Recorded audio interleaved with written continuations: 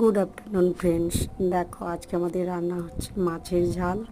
ওই মাছের সঙ্গে আছে ভোলা মাছ আর মানে পোনা মাছের মাথা একসঙ্গে দিয়েই করে নিচ্ছে ঝাল। মাছের ঝাল হচ্ছে, মাছের ঝালটা ফুটছে টকবক করে। দেখো মাছের ঝাল আমি তো প্রথম থেকে দেখাতে পারি না, কেমন করে করবো পারছি না, ওই জন্য দেখো মাছের ঝাল ফুটছে। আর এই দিকের কড়াইতে বসানো আছে চিংড়ি মাছ, ঢ্যাঁড়স কুমড়োর টক হচ্ছে। এই টকটা ফুলছে, দেখো টকে দুটো টমেটো কেটে ফেলে দেবে, দেখবে সব থেকে সুন্দর। এই চিংড়ি মাছটা দিয়ে দিলাম, ঢ্যাঁড়স কুমড়ো চিংড়ি মাছের টক। আমি লেবু দিয়েই টক করি, লেবুটা দেবো, চিংড়ি মাছটা আগে গলা হয়ে যাক, লেবুটা দেবো, এখনও দেওয়া হয় না। দেবো, একটু ফুটে উঠুক, লেবু দিয়ে তো ফোটানো যায় না, একটু ফুটুক। এদিকে তো এখনও এই যে রান্না হয়, এই একটু টক মানেই একটু সর্ষে বাটা দিতে হবে, নাহলে ভালো লাগে না।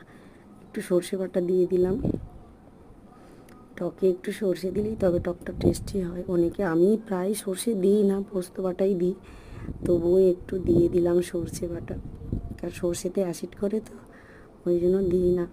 এতে একটু দিয়ে দেবো, ওতে হালকা করে একটু দেবো, বেশি দিই না।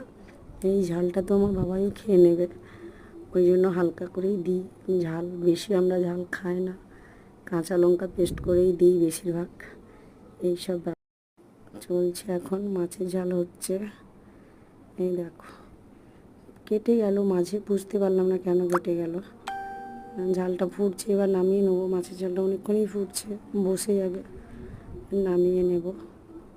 হয়ে গেছে, এবার লেবুর টকটা দিয়ে দেবো, এটাও ফুটে গেছে, এবার নামিয়ে দেবো, সেদ্ধও হয়ে গেছে। এইবার দেখো এই চিচিঙ্গা ভাজা এখনও হয় না, নারকেল দিয়ে ভাজা হবে। এখানে চিংড়ি মাছের একটু বাটি তরকারি, ওই বাটিতে ভাতের মা রেখেছি মুখে মাখবো বলে, হাতটা ধুয়ে নিচ্ছি, ধুয়ে নিয়ে গেলাম। মাছটা নামিয়ে দেবো, অনেকক্ষণ ধরেই ফুটছে। দিয়ে কেটে কেটে কেটে কেটে যাচ্ছে, দেখো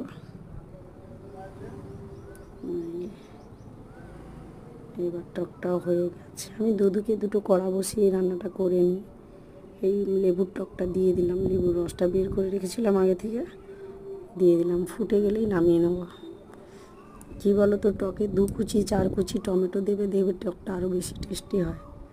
মাছের ঝালটাও এবার নামিয়ে নেব, হয়ে গেছে প্রায়। এই চিচিঙ্গা ভাজা হবে, নারকেল করা আছে, নারকেল নিচে শাশুড়ি মা কোচাচ্ছে। এই সবজির বক্সগুলো ঢোকানো হয় না, এখনও ঢোকাবো। সারাদিন কাজ আর কাজ। Tata, bye bye.